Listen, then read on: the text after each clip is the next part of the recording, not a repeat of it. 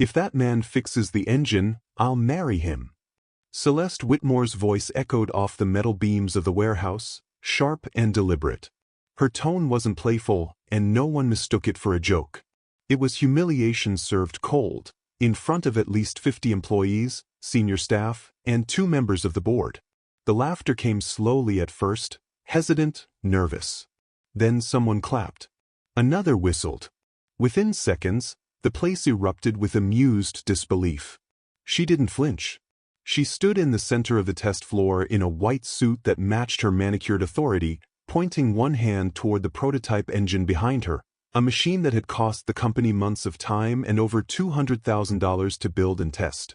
It now sat lifeless on its steel frame, cables scattered, the last attempt to start it having triggered a small electrical fire just 2 hours earlier. Her team of engineers, all standing nearby with their heads slightly bowed, said nothing. They had already failed. 3 weeks, dozens of simulations, and nothing had worked. And that's when someone, perhaps out of frustration, perhaps out of desperation, had mentioned Marcus Cole. Celeste had raised her eyebrows. Marcus? As in, the grease monkey who used to fix shuttle vans in the old annex garage. Nobody had answered. The shame was already in the air. Well then, she'd said, let's make this interesting. Now she faced the man himself.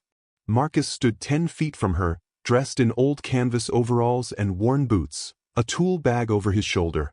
He looked at the engine, not at her. His expression didn't shift. He wasn't smiling. He wasn't nervous. He simply waited. I hope you all heard me, Celeste said, turning to the crowd, because I'm not going to repeat it. This man claims he can fix what our engineering team couldn't. I'm giving him 5 days. When he fails, I want it to be on record that Whitmore Dynamics gave him a fair shot. She raised her phone and hit record. I want this moment documented. Marcus didn't move. She turned back to him. Well, do you accept? He looked up, finally, and met her eyes. I didn't come here for games, he said. If you want this engine running, I'll make it run. That's all I came to do. His voice wasn't loud, but it carried. Celeste gave a short laugh. That's not how this works. You're not just here to fix an engine. You're here to prove something. Let's be honest, you think you're better than my team. So fine. Show us. There were more laughs from the group of executives by the far wall. One of the junior engineers shook his head. This is going to be embarrassing, he muttered. But Marcus ignored them all. He set his tool bag down next to the engine and opened it, pulling out a small flashlight and a pair of gloves that had clearly seen years of real labor. No high-tech scanners. No diagnostic tablets. Just the hands of a man who had spent more time inside machines than in meetings. Celeste watched him with cold amusement. 5 days. No access to our internal databases. No schematics. You want to challenge my department? You do it your way. That's the only way I know, Marcus replied. Someone in the crowd let out a low whistle, as if even that calm response carried more weight than expected. Celeste folded her arms. Good. We'll reconvene Friday afternoon. I'll even bring the dress. The crowd laughed again. Marcus didn't react. He simply crouched beside the dead engine and began to examine the casing, the burned leads, the warped housing, working in silence, while half the room still believed this was nothing more than an elaborate joke. But a few people, just a few, watched him closely. And quietly, they stopped laughing. As the group began to break apart, still smirking, Celeste handed her assistant a clipboard. Set up a rolling camera feed. I want hourly updates, she said. This will be better than television.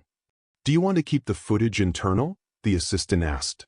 Celeste glanced over her shoulder at Marcus. Not a chance. Put it on the company's socials. Let the world see what happens when arrogance meets reality. Someone nearby whispered, he doesn't stand a chance. Another voice added, he doesn't even look nervous. That's the weird part. Marcus, meanwhile, had already disconnected the outer panel and was scanning the wiring with a small handheld multimeter. He didn't acknowledge the whispers. He didn't respond to the glances. All he cared about was what was in front of him, and maybe, just maybe, what he already suspected. Because what had burned inside that engine wasn't just wiring. It was sabotage. But he'd keep that to himself, for now. Marcus Cole didn't waste time. While Celeste Whitmore moved on to her next board meeting and the crowd returned to their desks, Marcus stayed behind in the warehouse.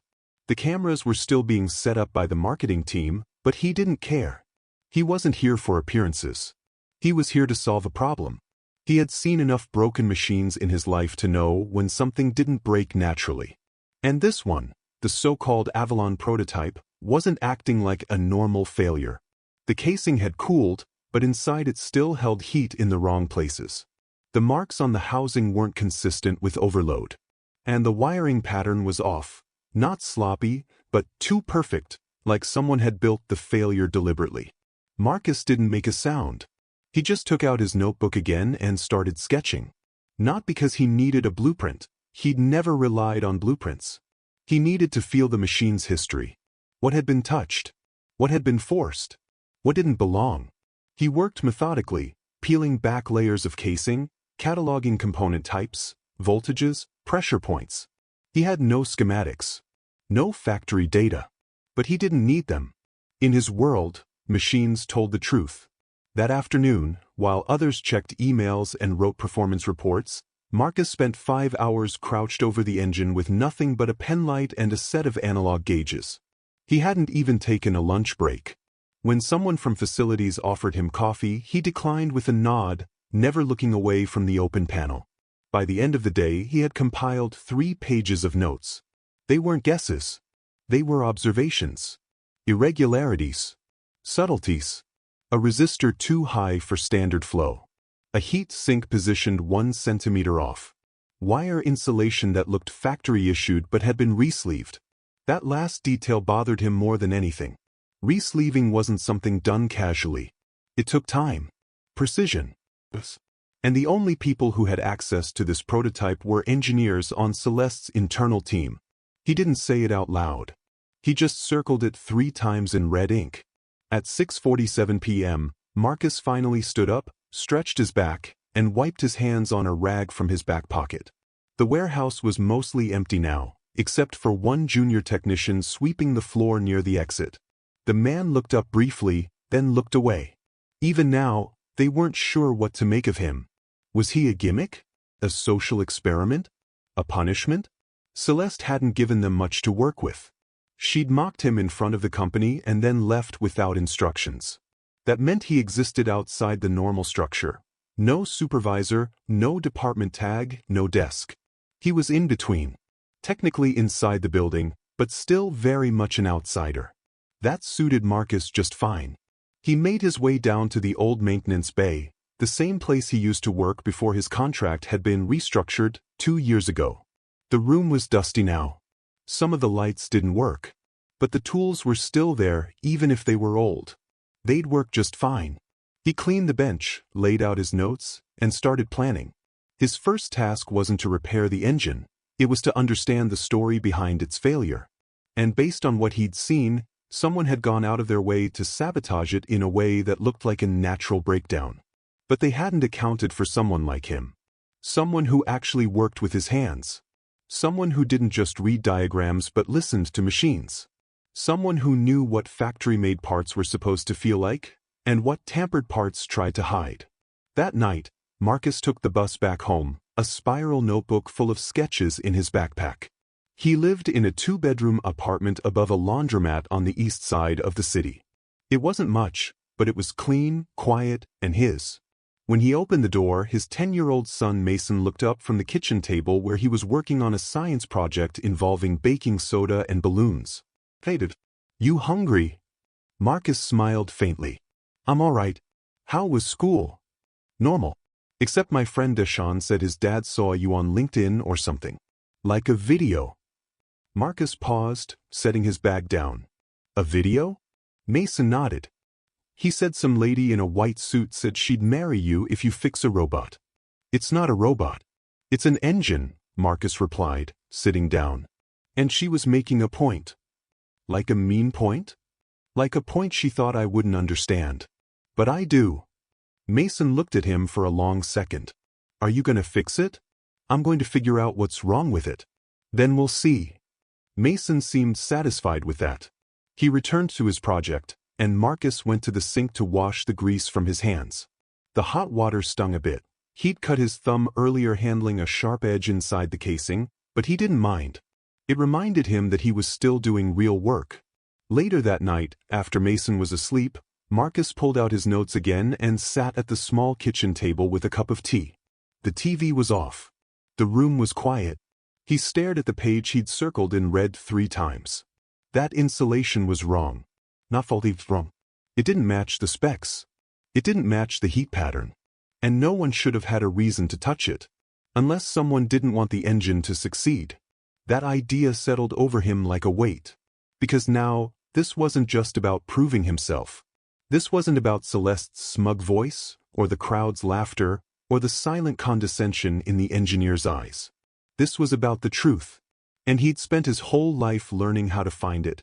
In broken parts, in bent bolts, in things that didn't add up. Tomorrow he'd go deeper.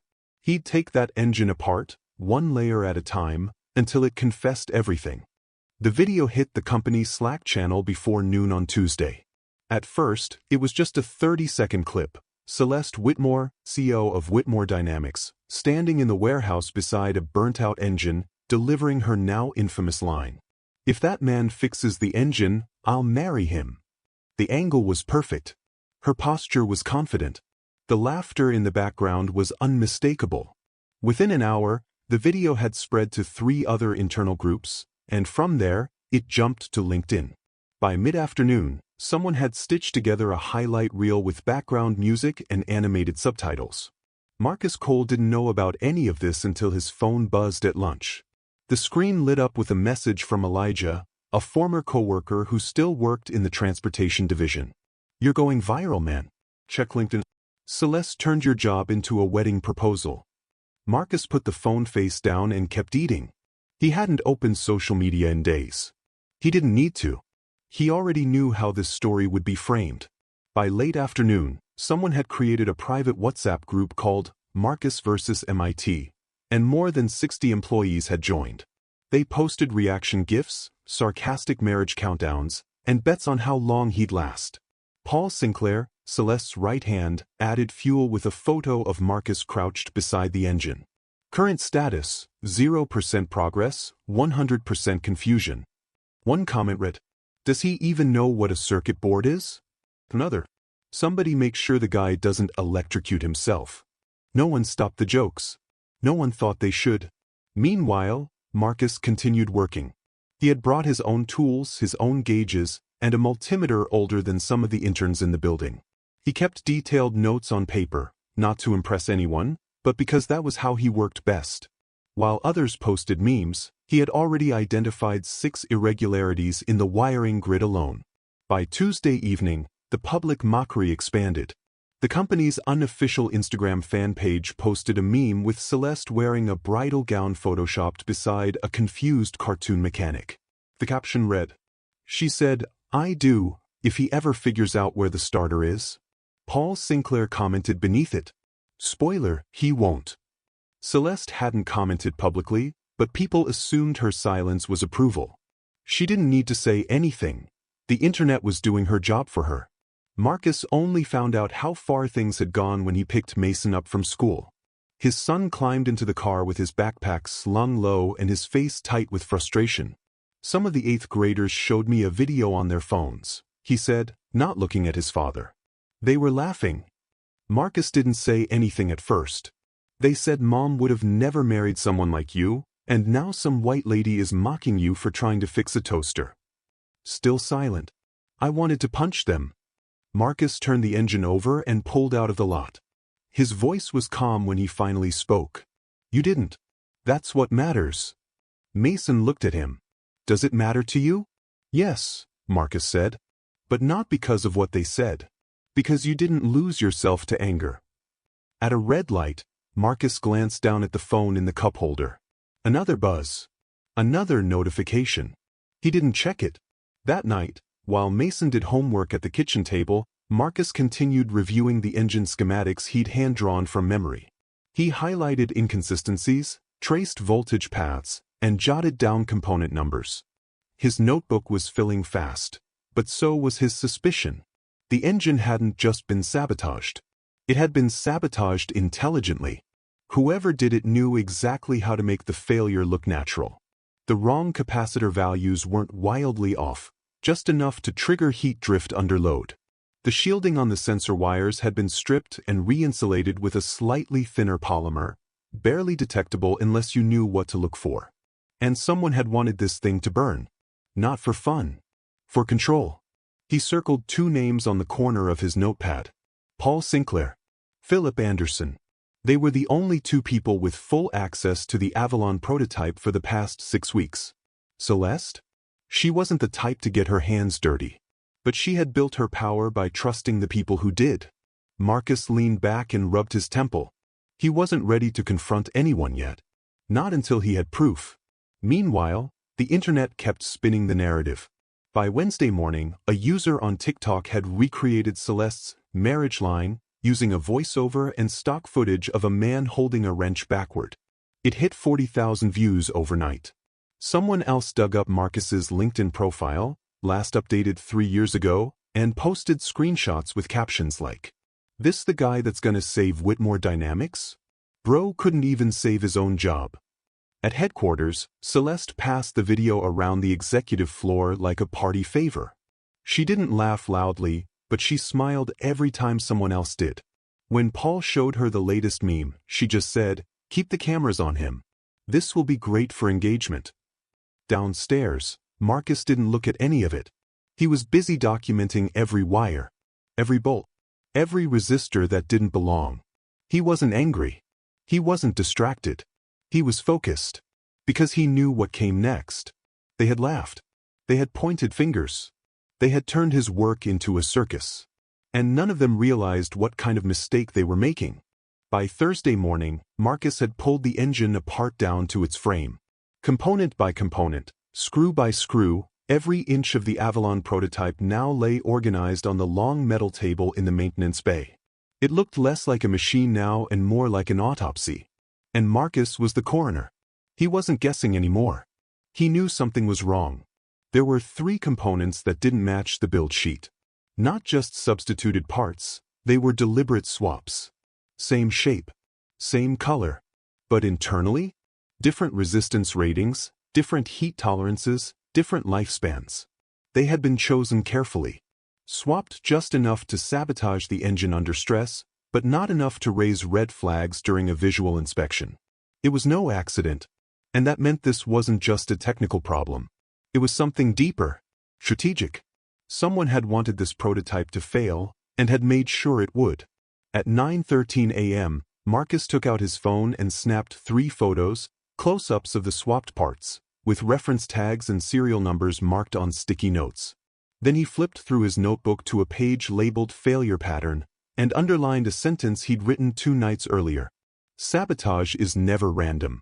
It's designed to survive discovery. He stared at that line for a moment before closing the book and heading up to the records archive.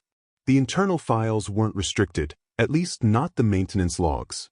Every major component used in Whitmore Dynamics projects was tracked for inventory purposes. Marcus requested access under his contractor badge and waited patiently as the archive terminal loaded. He searched part numbers, cross-referenced build logs. And that's when he saw the first flag. The original build order for the Avalon engine listed high-durability capacitors sourced from a certified supplier in Munich. But the part number on the unit he'd pulled from the engine matched a batch from a secondary vendor in Taiwan, a cheaper variant flagged for limited industrial use. Why would someone make that change? Marcus dug deeper. He opened 6 more part records, and each one told the same story. The listed components had been substituted after the design was finalized. That wasn't a mistake. That was approval.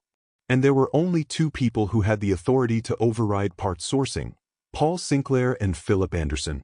By noon, Marcus was back in the bay, assembling a secondary list of inconsistencies. He wasn't just planning to fix the engine anymore. He was building a case. Because once you see sabotage once, you start looking for patterns, and Marcus was very good at finding patterns. At 2:40 p.m., while cross-checking a wiring configuration, he heard footsteps outside the bay. heavy, confident.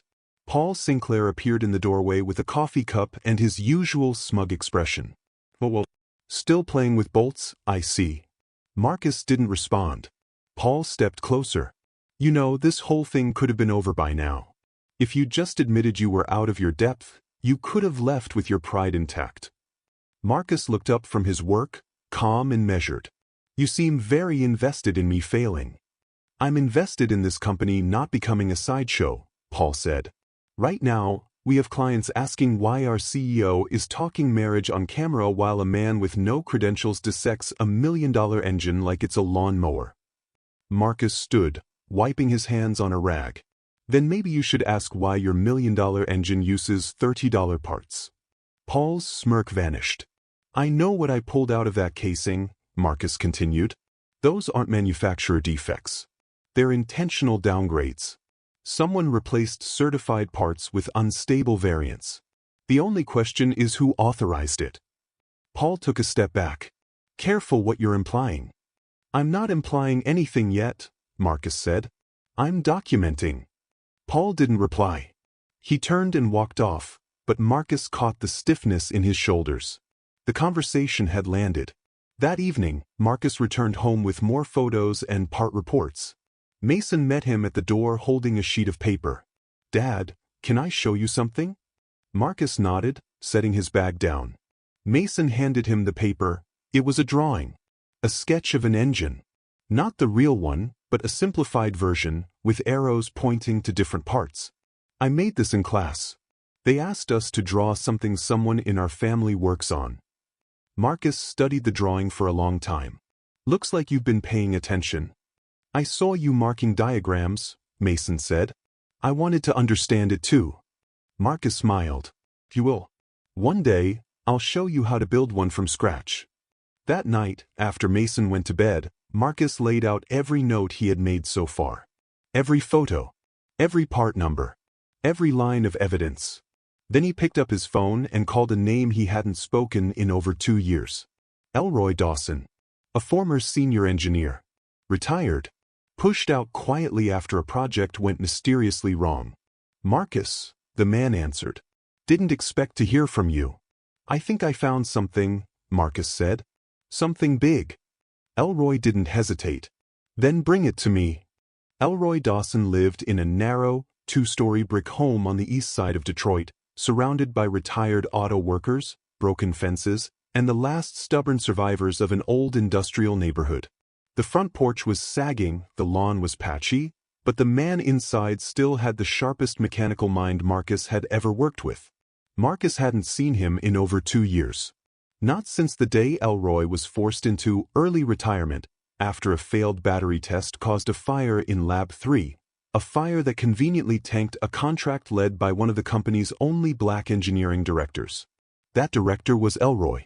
And everyone knew what really happened. They just didn't say it out loud.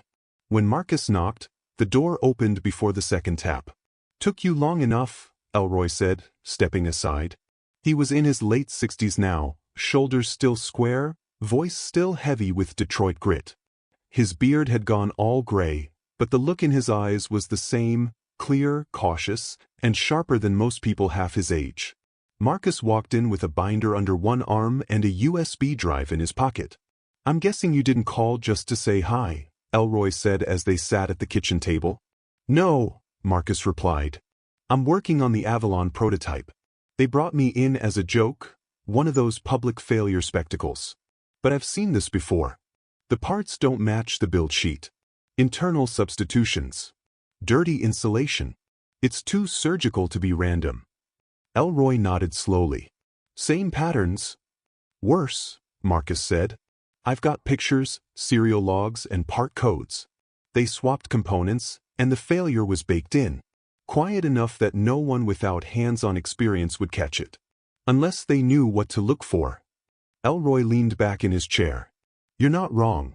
I saw it on my way out too. My final project didn't just fail, someone helped it fail. They didn't want the numbers to work, because that deal would have made the wrong people look too smart.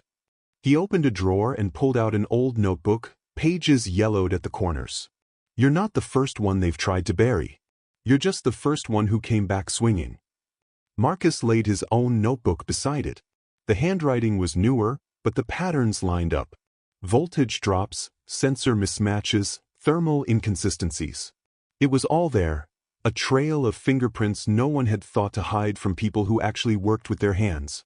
"How far up does it go?" Marcus asked. Elroy didn't answer right away. He opened a folder beside him and pulled out a printout. It was a purchase order for replacement parts, signed off by none other than Paul Sinclair. Marcus narrowed his eyes. "He's always been Celeste's right hand," Elroy said. "He's the one who makes the dirty work disappear. He handled the internal reviews after I left. Suppressed reports. Blocked audits. Promoted guys who didn't know a capacitor from a fuse but had the right handshake." "Think she knew?" "Celeste." Elroy exhaled. "She doesn't look at the details. She looks at power, control, efficiency. If Paul tells her a project needs to die, she'll let it. She doesn't ask why, as long as the optics are clean and her name stays untarnished." Marcus sat back in his chair. "They picked the wrong engine this time." Elroy smiled, a slow, knowing grin. "No, they picked the wrong mechanic. They spent the next 2 hours reviewing every note, comparing every component, tracing every pattern. By the end of it, they had a clear picture. At least 4 projects in the last 3 years had failed under suspicious circumstances. Each had involved engineers of color or women in leadership positions. Each had suffered mysterious component substitutions. And each time, the projects were handed off to a select group of engineers who just happened to be closely tied to Paul. It wasn't just sabotage. It was systematic elimination. A quiet filter that ensured innovation didn't come from the wrong hands. As Marcus prepared to leave, Elroy handed him a small external hard drive. "What's this?" "My backup logs," Elroy said. "Emails, spreadsheets, time-stamped inventory changes. I never deleted them. Figured one day someone might care." Marcus took the drive with both hands. "I don't know what you plan to do with this," Elroy added. "But if you're serious, really serious, you're going to need more than just proof. You'll need timing. Precision. You've got to flip their narrative before they frame yours." Marcus nodded. "I'm not here to make noise. I'm here to end something." As he walked back to his truck, the night air was cool and still. But something inside him burned steady. Controlled. Focused. Back home, Mason was waiting on the couch with a laptop open, earbuds in. "You're late," he said without looking up. "Working," Marcus replied.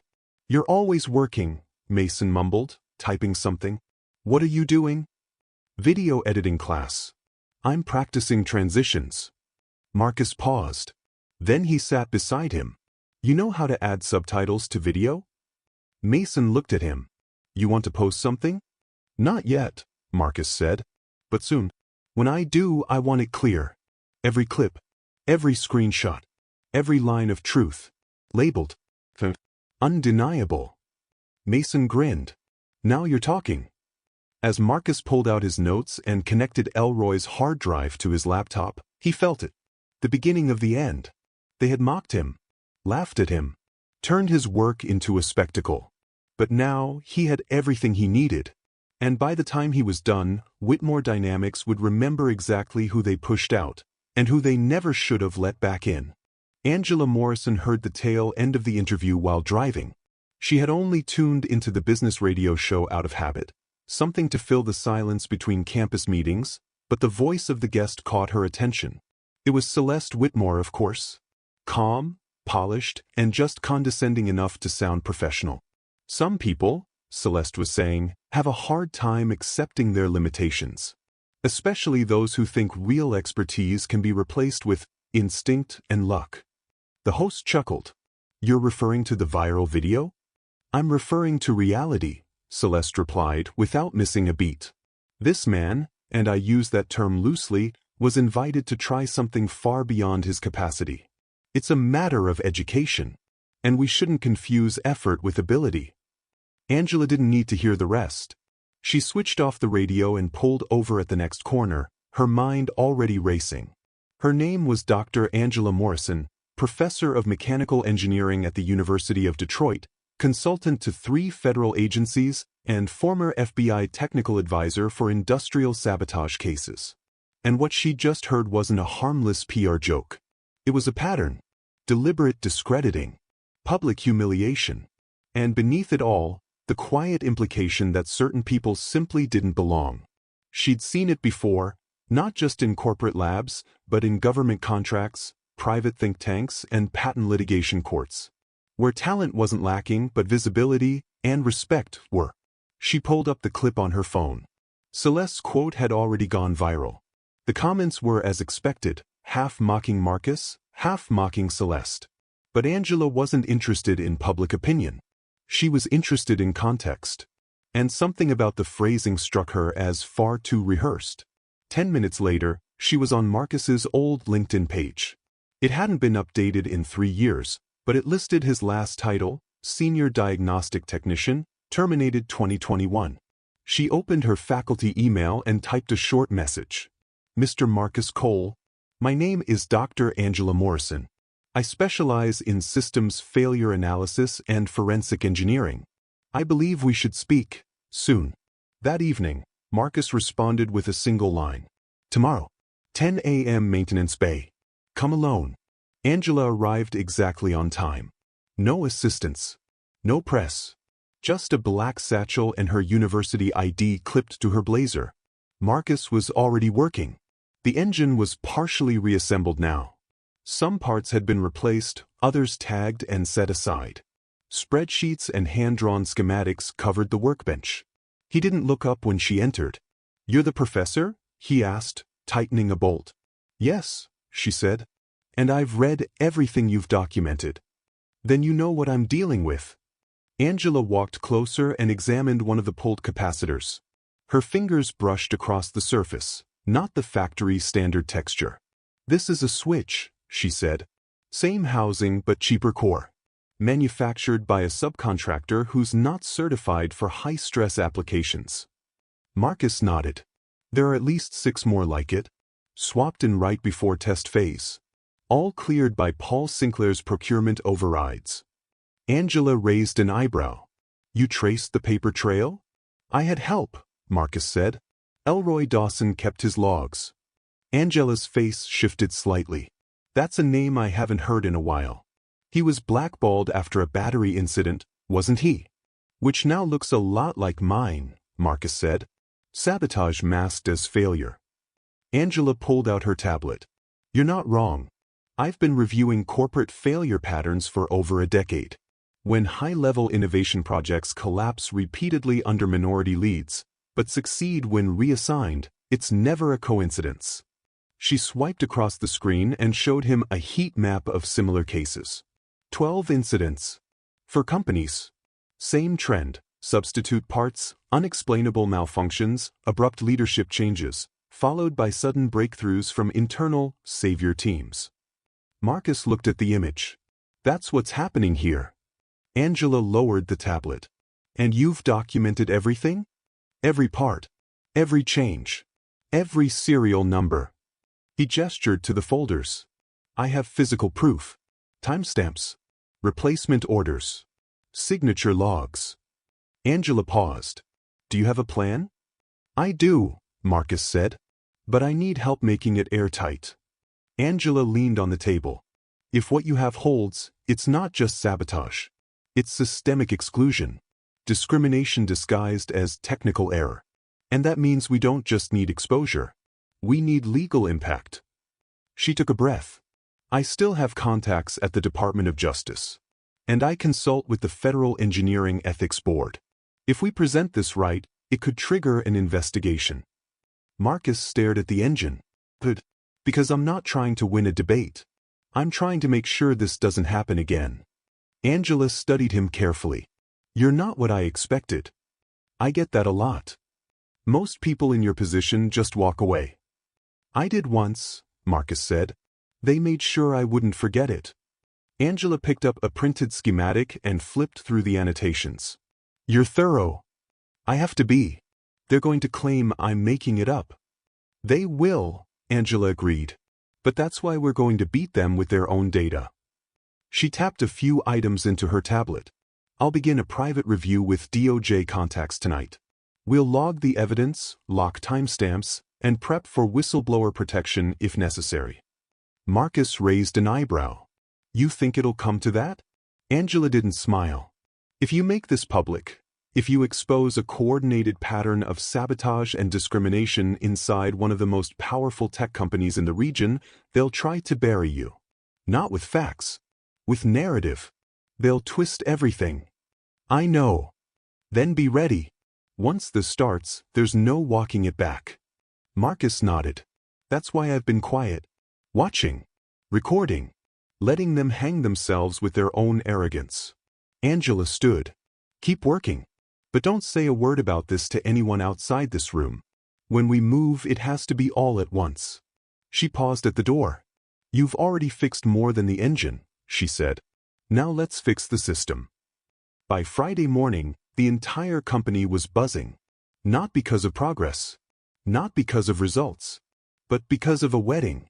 Paul Sinclair, with Celeste's silent blessing, had turned Marcus's 5-day challenge into a company-wide spectacle. What had started as a sarcastic quip had evolved into a full-blown internal campaign titled, The Groom Countdown. The mock wedding invitation was the first blow. It had landed in every inbox on Thursday morning, professionally designed, complete with ivory borders and golden script. You're cordially invited to witness the union of ambition and reality. Friday, 2 p.m. Bay 4. Ceremony to begin promptly after failure. At the bottom, a smaller line read, Dress code, corporate casual. Cameras encouraged. Employees laughed. They shared it. Some printed copies and pinned them to their cubicles. Others posted stories on the company's Slack channel with captions like, Can't wait to see the vows, for better, for broken. By noon, someone had created a poll titled, How will he fail? Engine explodes. Sparks fly, then silence. Walks away before Friday. Cries under pressure. The leading option was cries. Marcus, of course, saw none of this. He was still deep in the bay, piecing the engine back together with a level of precision most of them wouldn't have understood even if they'd watched every second. But someone else did see the poll, and didn't laugh. Angela Morrison sat at a table in the university's forensics lab, reviewing the final digital evidence packet with 2 legal advisors from the Department of Justice.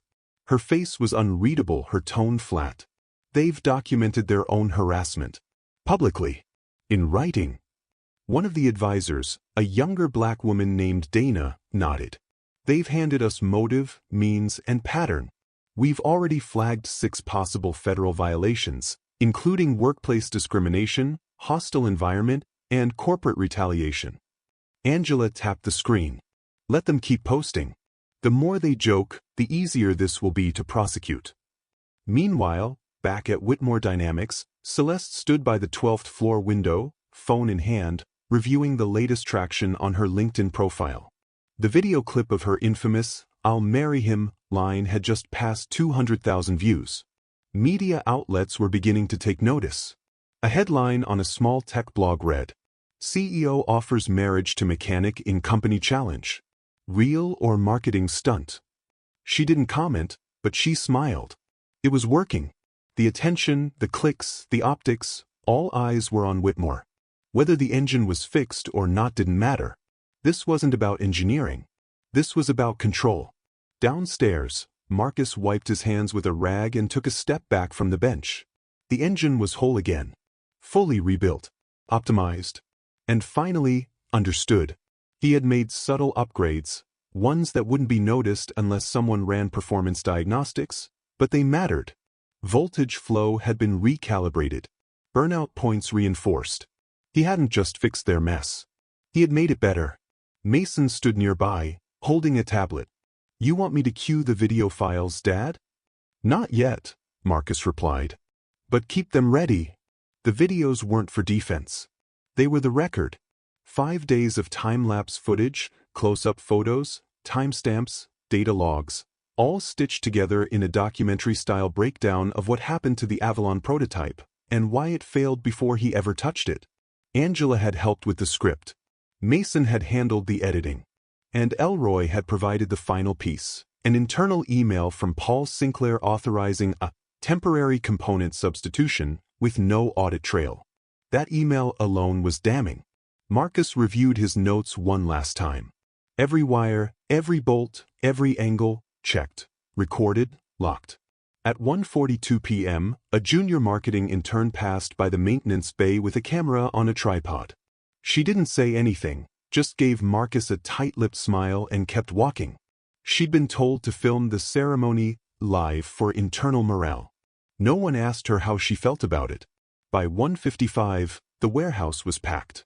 Employees lined the perimeter, whispering and laughing, some holding printed vows they'd written for fun. One even wore a veil made of printer paper.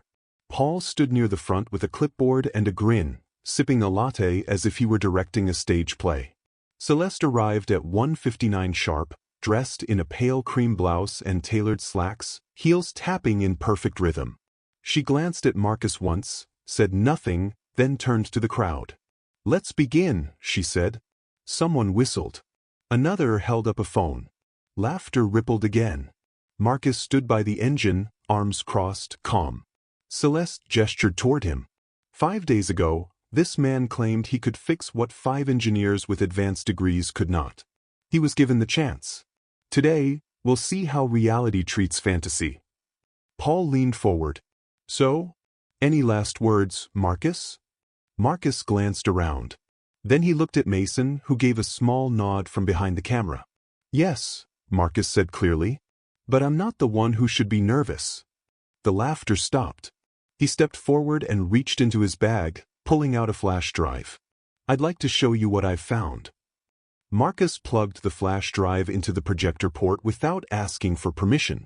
The screen flickered, and suddenly, the warehouse lights dimmed as a large pull-down display came to life against the far wall. The crowd quieted. The laughter died down. A few phones tilted upward again, this time uncertain. Celeste raised an eyebrow. "Is this really necessary?" Marcus didn't answer her. Instead, he turned toward the screen. "This is the Avalon prototype," he said calmly. 5 days ago, you asked me to fix it. I did. But in the process, I found something else." The screen displayed a high-resolution photo, the interior of the engine, taken with precise lighting and annotation.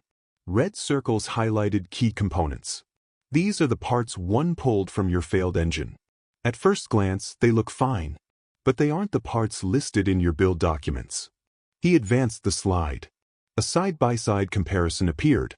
On the left, approved high-durability capacitors from your original specs.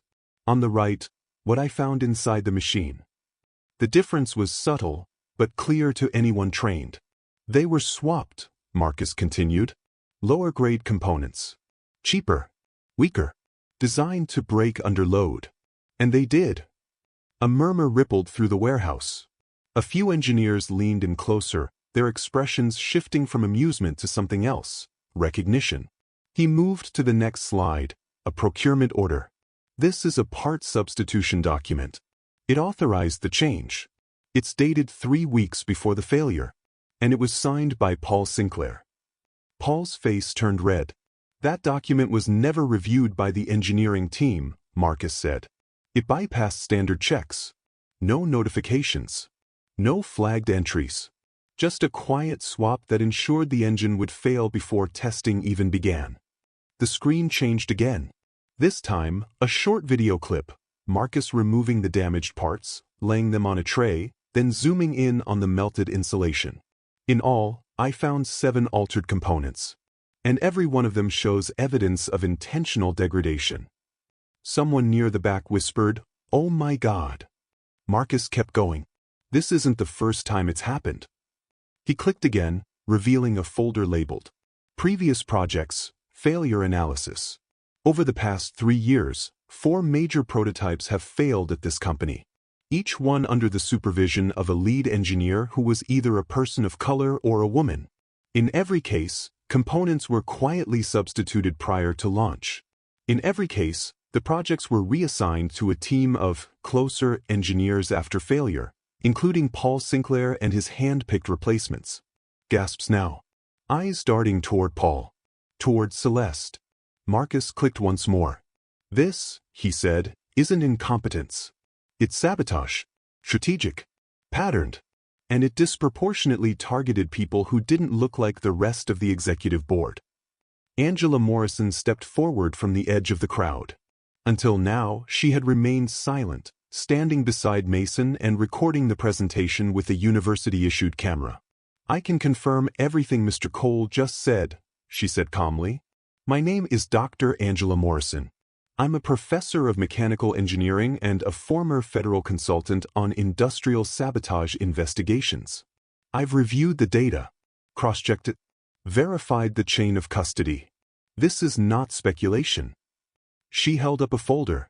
"These files have already been submitted to the Department of Justice and the Engineering Ethics Review Board." Celeste's voice broke the silence. "That's enough." But Angela didn't flinch. "No, Ms. Whitmore. It's not." Angela looked out at the stunned room.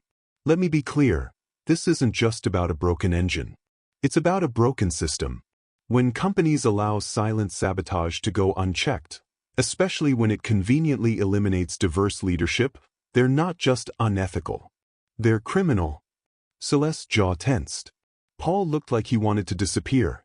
"You have no authority here," Celeste snapped. "You're not part of this company." "I'm part of the truth," Angela said, unmoved. "And truth doesn't need a badge." Marcus stepped forward again. "One more thing." He tapped the laptop and pulled up a live feed, security footage from the warehouse. The date in the corner read 4 days earlier, 11:47 p.m. The video showed Paul entering Bay 4 alone with a toolbox. He stayed for 17 minutes. Then left. The camera zoomed in just enough to catch him removing a small component from the back panel of the engine, the same component Marcus had flagged as the central point of overload. There was no laughter now. Celeste stepped back, stunned. "Paul." He raised his hands. I was doing maintenance." "You had no authorization," Marcus said flatly. "And you didn't log your access." Angela turned to the crowd. "This is the evidence. This is how systemic exclusion hides. In silence, in paperwork, in plausible deniability. Until someone refuses to stay quiet." At the edge of the room, Elroy Dawson walked in, holding a printed procurement audit. He had waited for the right moment. He handed it to Angela, who raised it up. "This shows the total bonuses awarded to the team who replaced failed project leads. Over $1.2 million in 3 years, she said. And every recipient was part of the same closed circle." Celeste's hands trembled. Paul turned and walked out, past stunned employees, past the interns who had just posted memes of Marcus hours earlier. No one stopped him. But no one followed either. Marcus turned back to the engine. "It runs now," he said quietly. "And it runs better than before." He reached over, pressed the ignition. The machine roared to life, smooth, efficient, powerful. Not just repaired, reborn. A long silence followed. Then, one by one, people began to clap. Slowly at first. Then stronger. Then louder. Not for spectacle. For truth. At precisely 2 p.m., Bay 4 had been prepared for a joke. Streamers lined the steel support beams. Someone had wheeled in a folding table with cupcakes shaped like wedding rings. A few employees even wore boutonnieres. Paul Sinclair had ordered it all. What better way to celebrate failure than to make it festive? Only now Paul was gone. Walked out minutes earlier under a cloud of damning evidence, his name already whispered like a curse in every corner of the building. And Celeste Whitmore stood alone. She hadn't moved since the video played. Her hands were still crossed tightly in front of her, jaw clenched, as the engine she had publicly mocked days earlier purred behind Marcus Cole like a new heart beating inside steel ribs. The crowd that had come expecting a punchline wasn't laughing anymore. "Turn that thing off," Celeste said suddenly. Her voice cut through the clapping like a knife. Marcus stood beside the control panel, calm, unmoved. He looked at her, then reached over and flipped the switch. The engine quieted instantly. "This isn't how you do things," she said, trying to control the tremor in her throat. "This is not how you resolve issues in a company like this." Angela Morrison stepped forward, lifting a stack of printed reports. "With respect, Ms. Whitmore, Your company's way has included illegal component swaps, fraudulent project reassignments, and coordinated efforts to discredit minority engineers. That's not a system, that's a pattern. Those are baseless accusations, Celeste snapped. Angela didn't flinch. Then by all means dispute them in court, because that's where this is going. The room buzzed with tension. Marcus didn't raise his voice. You said you wanted a demonstration, he said, gesturing toward the engine. You got one. The difference is, I wasn't trying to humiliate anyone. Celeste stared at him. You embarrassed this company. You made a spectacle out of something internal. No, Marcus said. You did. You filmed it. You shared it. You turned my work into a joke before I ever touched the machine. He turned to the employees gathered in the back. Some of you laughed with her. I don't blame you. It was easier. But some of you saw what was happening and stayed silent. That's how systems like this survive. Someone near the front, a junior engineer named Alicia, slowly lowered her phone. Her face was pale. Her eyes wouldn't meet Marcus's. Angela continued, handing out folders to HR and legal staff. All of the documentation has been backed up. Every substituted part, every unauthorized access log, every chat message. This company has a choice. Begin internal reform now, or face federal investigation. Celeste swallowed hard. This is my company. No, Marcus replied. It's bigger than you now. From the side, Elroy Dawson spoke up for the first time. This isn't the first time they've tried to bury truth. It's just the first time it refused to stay down. Someone in the back applauded. Then another. Then more. Celeste turned to leave, but then paused. I suppose you want your contract now, she said bitterly. A public apology. A promotion. Marcus shook his head. Keep the contract. Her eyes narrowed. I don't work for people who think respect is a reward, he said. I came here to fix something. I did. But it wasn't just an engine. She blinked. I fixed the silence. And with that, he stepped away from the engine and into something else. Something that couldn't be laughed off anymore. 30 minutes later, Celeste was summoned to the executive conference room. Thomas Whitmore, founder of the company, chairman of the board, and Celeste's father, was waiting. His expression wasn't angry. It was worse. It was disappointed. Is it true? He asked without preamble. The evidence. The sabotage. The cover-ups. She tried to explain. It wasn't about race. It was about standards. Reputation. We couldn't afford weak results.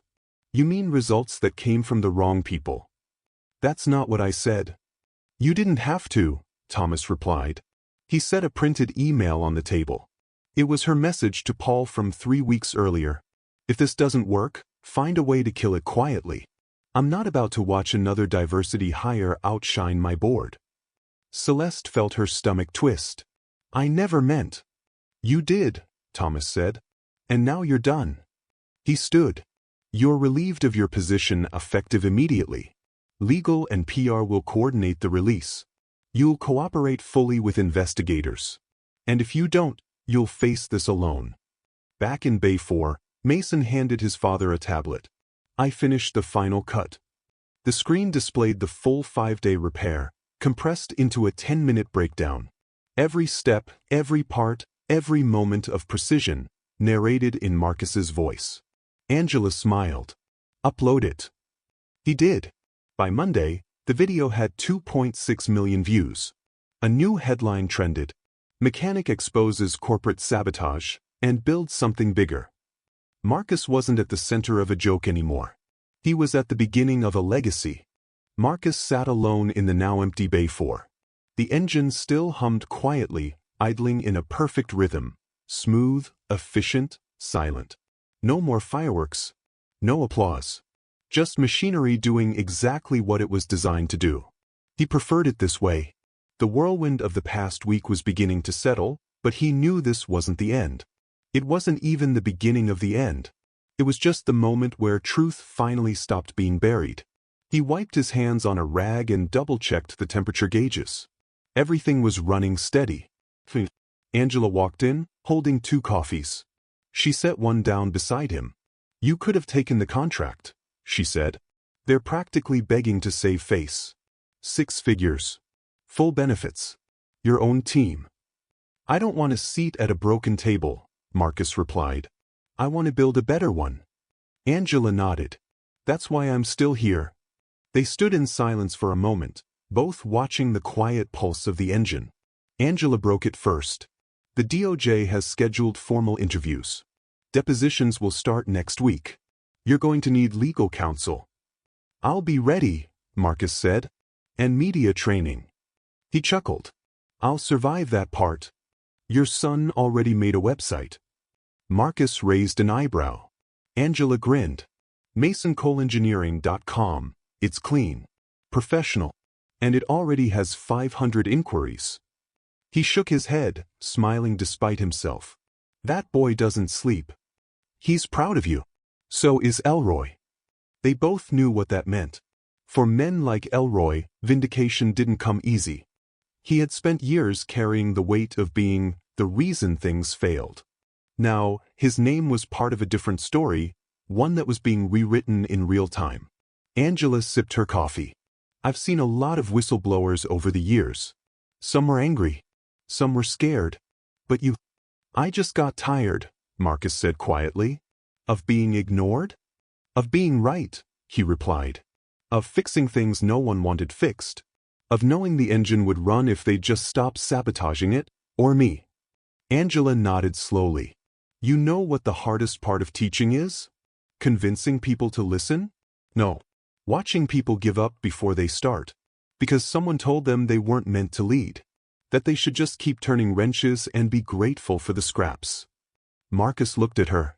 I've been there. I know, she said. That's why what you did matters.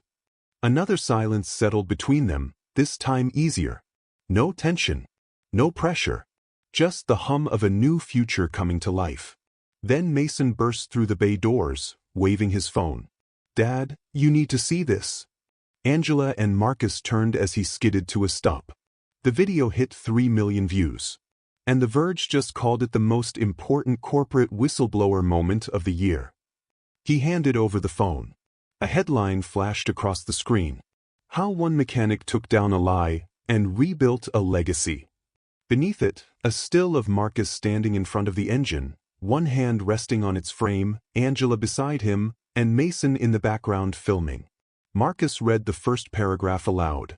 When Marcus Cole accepted a cruel challenge from a powerful CEO, no one expected him to expose one of the most calculated cases of internal sabotage in modern tech history. But he did more than fix an engine. He made the world pay attention. He handed the phone back. I didn't do it for attention. Angela smiled. That's why you deserve it. 2 weeks later, Whitmore Dynamics was under full investigation. Celeste Whitmore had stepped down as CEO, and the board had issued a public apology, not just to Marcus, but to every employee impacted by the company's hidden culture of exclusion and sabotage. Paul Sinclair's legal team had gone silent after federal subpoenas arrived. But Marcus didn't celebrate. Instead, he opened his own garage, not in protest, but in purpose. Cole Systems Engineering. It wasn't flashy. No press releases. No corporate launches. Just a large converted warehouse, 5 workbenches, and a sign on the wall that read, Build better. Lift others. Leave no lies behind. Angela joined as senior advisor. Mason handled digital operations. Elroy returned as lead diagnostic technician. And before the first month ended, they had 12 clients, including 2 startup contracts from companies led by women and minority engineers who had followed Marcus's story like scripture. One evening, as the sun dipped low over the edge of the shop's wide loading doors, Marcus stood in front of the original Avalon engine, now fully rebuilt and encased in glass. Not as a trophy, but as a reminder of what happens when you fix the machine, and then fix the story. By the end of the first quarter, Cole Systems Engineering wasn't just surviving, it was thriving. What began as a makeshift operation in an old freight warehouse had transformed into a hub of innovation and repair, but more importantly, into a sanctuary. For engineers with no pedigree. For builders overlooked because they didn't attend the right schools or speak with the right tone. For people who had spent their careers being told they were too blue-collar, too ethnic, or not executive enough. Marcus never posted about it online. He didn't have to. His name carried weight now. Not because he won a bet, but because he refused to let a lie stand, even when it came dressed in a suit, backed by millions, and wrapped in polite condescension. The walls of the new office were bare, except for one framed photo. Marcus, Mason, Angela, and Elroy standing in front of the Avalon prototype, the one that started it all, now sealed inside a clear case in the lobby. Underneath, a plaque read, "Fixed by hands they called unqualified.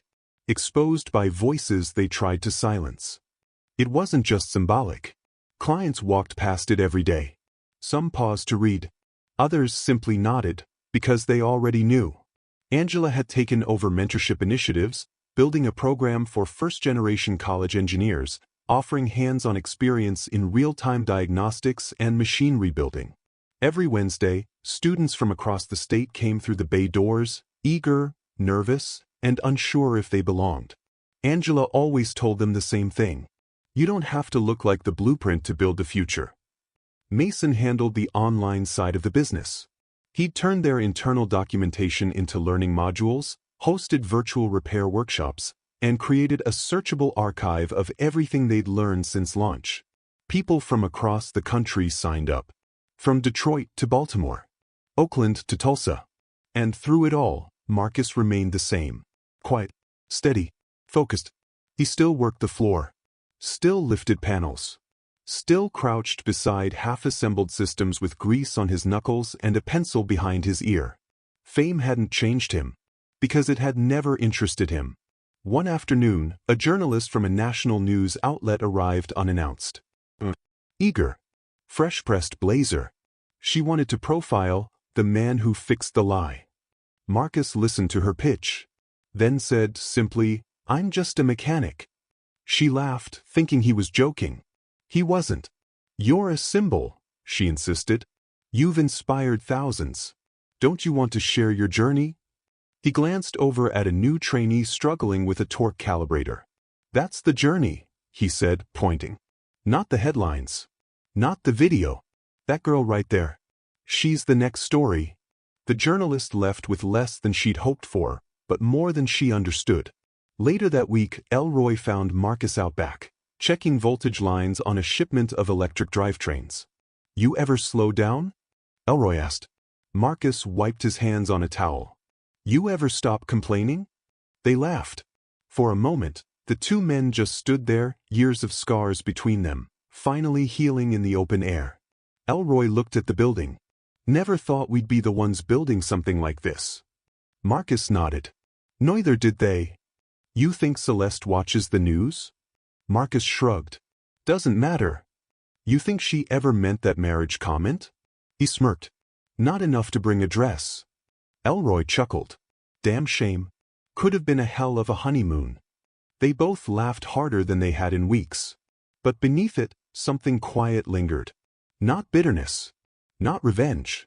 Just peace. 1 month later, a letter arrived in the mail. Handwritten. No return address. Marcus read it slowly. Then again. He folded it, placed it in his pocket, and walked back to work. Angela saw the crease between his brow. "Everything okay?" He nodded. "Just a reminder." "From who?" "Someone who once stood in front of me and didn't believe I belonged here." Angela didn't press. But before the end of the day, a single white envelope appeared beneath the photo in the lobby, sealed, with no name. A quiet acknowledgement. Maybe even an apology. That Friday, during the weekly staff wrap-up, Mason asked if he could say something. Everyone gathered around. "I know I joke a lot about my dad," he said, standing beside the engine casing. "But I want to say this out loud." He looked at Marcus. "You didn't just build a business, Dad. You built belief." Marcus said nothing, but his eyes were wet. Mason continued. "When people laughed at you, you focused. When they tried to bury you, you got up. When they said fixing an engine meant nothing, you proved that telling the truth is always enough." Applause followed. But Marcus didn't move. He just looked at the floor for a long moment. Then he spoke. I didn't set out to build a legacy, he said. I just got tired of watching people lie in rooms with closed doors. He looked up. And now we build with every door open. The last person Marcus ever expected to walk through the glass doors of Cole Systems was her. Celeste Whitmore. No press. No bodyguards. No designer suit. Just a simple navy dress, flats, and a brown leather tote slung over one shoulder. Angela saw her first. Her jaw tightened. You've got to be kidding me. Marcus looked up from the workbench, barely raising an eyebrow. Let her speak. Celeste stepped forward slowly, eyes scanning the space like it didn't belong to this world. Gone was the icy posture, the clipped tone. She looked smaller. Human. Humbled. This isn't a stunt, she said quietly, stopping 10 feet from him. Then what is it? Marcus asked, voice calm. Celeste pulled something from her tote, a garment bag. She held it up like an offering. I brought the dress. The room froze. Angela folded her arms. You think that's funny? No, Celeste said quickly. I think it's necessary. She laid the bag gently on the table and unzipped it. Inside was the same white dress she'd joked about, the one she'd promised to wear if he fixed the engine. Only this time, it wasn't a threat. Or a mockery. It was a surrender. I don't expect forgiveness, she said. But I do know how to keep my word. Marcus stepped closer. Why now? Because for the last few months, I've watched a man build something out of nothing but integrity. And I realized that's everything I never had. Or protected. She looked down. You didn't just expose sabotage, Marcus. You exposed me. The version of myself I'd been hiding behind policies and suits and clever words. He waited. I was raised to believe power is something you defend at all costs. But I was wrong. Real power isn't protected. It's shared. Angela spoke coldly. You destroyed careers. Buried talent. You humiliated this man in front of a crowd, then called it leadership. I know, Celeste whispered. And I live with that. Every day. She turned to Marcus. I didn't come here to reclaim anything. I came here to learn. If you'll let me. Marcus looked at her for a long time. Then reached out, not to shake her hand, not to push her away, but to zip up the garment bag. He set it aside. I don't need a dress, he said softly. I need truth. And work. You offering that? Celeste nodded. I'll start wherever you let me. Angela blinked. You're serious? Celeste nodded again. Then grab a rag, Marcus said. Engines don't clean themselves. A silence swept the room. And then thunder. Not cruel. Not mocking. Just surprised. Human. Celeste walked to the side sink, rolled up her sleeves, and began scrubbing down a pile of old valve housings. No one said a word. But no one stopped her either. Later that evening, after most of the team had gone home, Marcus found Celeste still at the sink, hands raw from scrubbing. You don't have to prove anything, he said. Yes, I do, she replied, not looking up. He nodded. Just don't prove it to me. Prove it to the ones you didn't see when you looked down. She finally looked him in the eyes. I will. That weekend, the photo went viral. Not posted by Mason. Not even on the company's official page. It was a snapshot taken by a visiting student, a wide shot of the Cole Systems garage floor. Marcus, standing beside Angela. Mason on a ladder, adjusting lights. Elroy explaining calibration to a group of interns. And Celeste, in rolled-up sleeves and a stained work apron, bent over a table, holding a torque wrench and listening closely. The caption? When power humbles itself, everyone rises. Months passed. The company grew. So did the mission. Cole Systems opened a second facility on the East Coast. Celeste stayed on, not as a leader, but as a learner. She never used her last name. Just C. She led a project that focused on accessible engineering education in underfunded schools. Her first partnership was with the same community college that once denied Marcus a full-time instructor role. They called him back, not to teach, but to keynote. He brought C with him. She stood in the back and listened as Marcus told his story. Not with anger. With purpose. With hope. That night back in the office, Mason found the old white dress hanging in a corner locker, pressed and clean. A note taped to the hanger read, "Some promises weren't meant to be kept. This one was meant to be unmade. See?" Mason smiled and walked out, leaving it where it was. On the 5th anniversary of Coal Systems, the entire team gathered outside under the stars. Food, music, laughter, families. At one point, Mason raised a toast. "To the man who fixed the engine," he said. Angela added, "and to the truth he wouldn't let die." Elroy lifted his glass. "To legacy." Then Celeste, quietly, "To second chances." And finally, Marcus stood. "To building something that doesn't need fixing." The engine still runs. But now it runs with more than fuel. It runs on truth. And no one laughs at that anymore. If this story moved you, if you've ever been underestimated, silenced, or told you don't belong, let Marcus Cole's journey remind you. You don't need permission to be excellent. Tell us in the comments, where are you watching from, and what part of the story hit you the hardest? Subscribe for more true-to-life, powerful tales of redemption, resilience, and justice.